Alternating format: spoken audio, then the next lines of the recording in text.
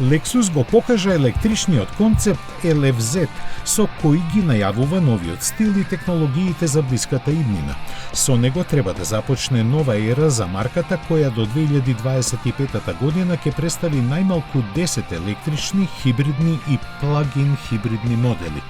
Како основа за овој луксузен кросовер е искористена нова платформа наменета за електричните модели.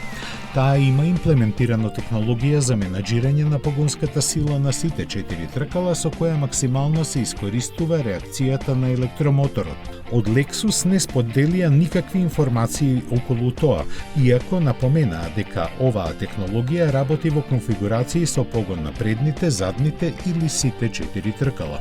Значајна техничка иновација е и електронскиот систем за управување без механичка врска меѓу воланот и тркалата. Не се знае дали тоа заради законската регулатива ќе може да преживее до сериско производство, но затоа кристално е јасно дека дизајнот на LFZ многу брзо ќе го видиме кај идните модели на Lexus. Предниот дел е интересна и привлечна интеракција на сегашната маска, која и не е тоа бидејќи се работи за електрично возило кое нема потреба од отвори за воздух. Силуетата е истакната со кратките превиси и големите тркала.